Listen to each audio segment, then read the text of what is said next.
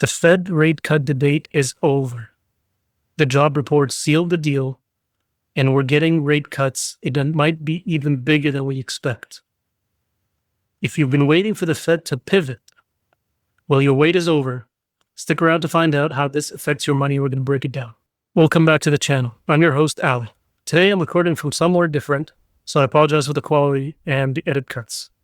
But today, we're also going to be doing a deep dive into the job report that changed everything and flipped the market.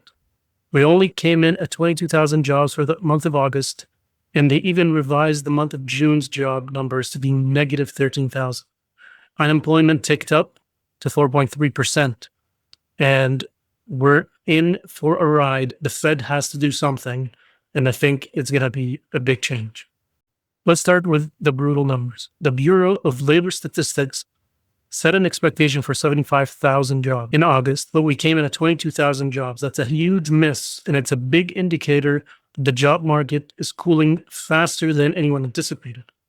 But it gets worse. They revised the June numbers, and we actually came in at minus 13,000 jobs. This breaks the 53-month streak of positive job numbers that started back in January 2021. Unemployment rate also ticked up 0.01%. And you might not think that's a big deal. It's a 4.3%. But if you go back, this actually started at 3.7% in January of this year. And now we're coming to 4.3%. So that's actually a significant deterioration in just 8 months. Here's what's really concerning economists. We now have more unemployed people than job openings for the first time since April 2021, after the pandemic heights.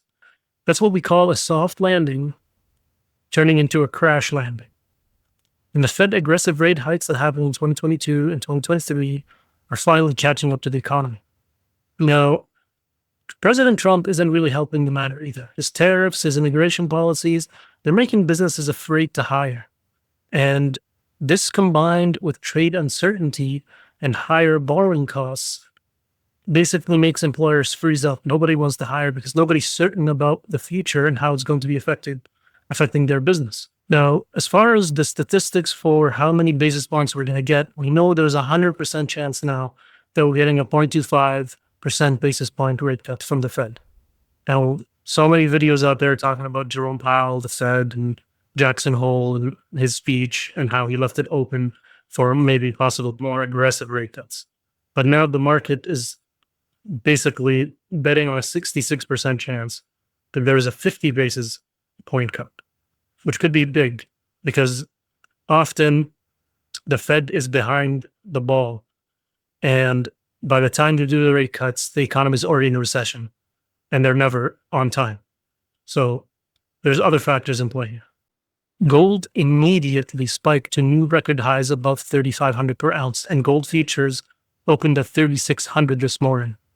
Everybody flocks to gold because gold thrives in low interest rate environments and when things are very unstable. When bonds pay less, investors automatically go to precious metals.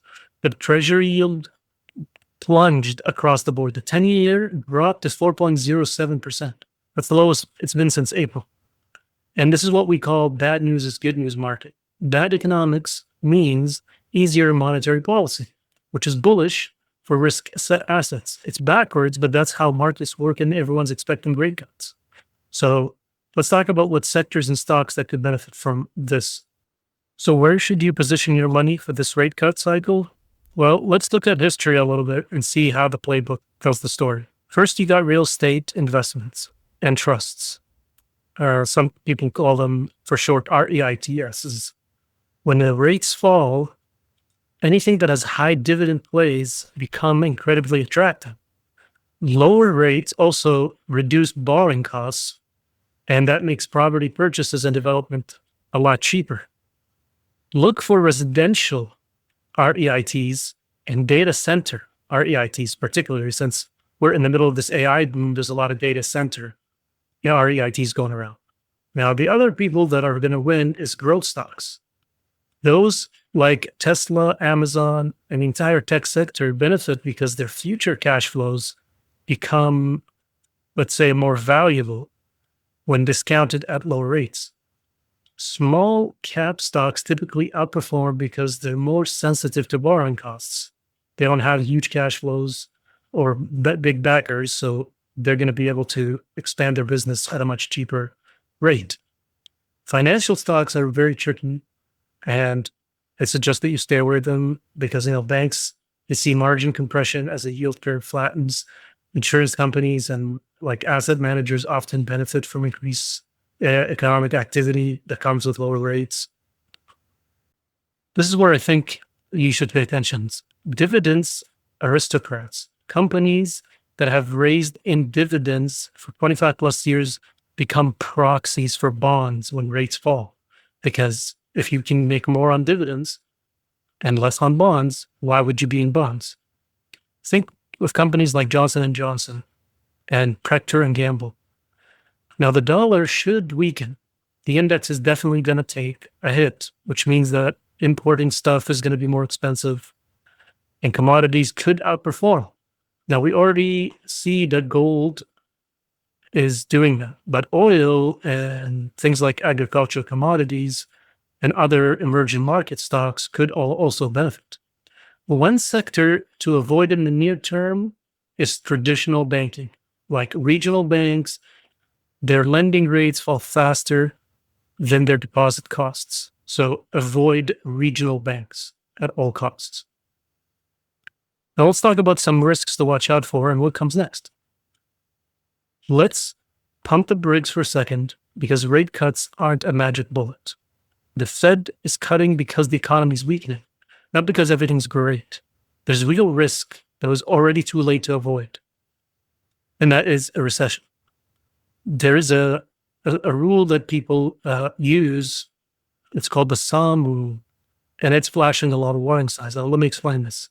This is a recession trigger when the 3-month average unemployment rate goes above 0.5%, above its 12-month low. We're getting close to that threshold. When corporate earnings are already under pressure.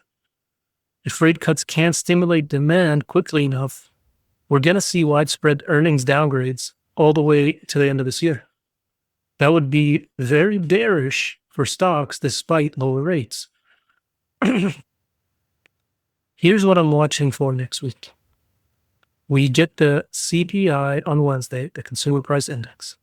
If inflation ticks higher, the Fed's decisions become more complicated.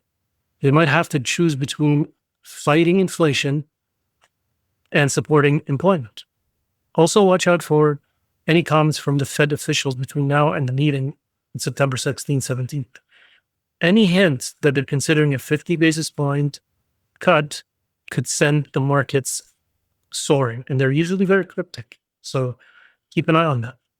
The key levels for the S&P 500 are 6,400 support and 6,600 resistance. We're right in the middle, so direction will depend on whether the rate cut optimism can overcome recession fears. You've made it to the end of the video. Thank you very much for continuing supporting my channel. Please consider sharing this with other people and getting them to subscribe for more content like this.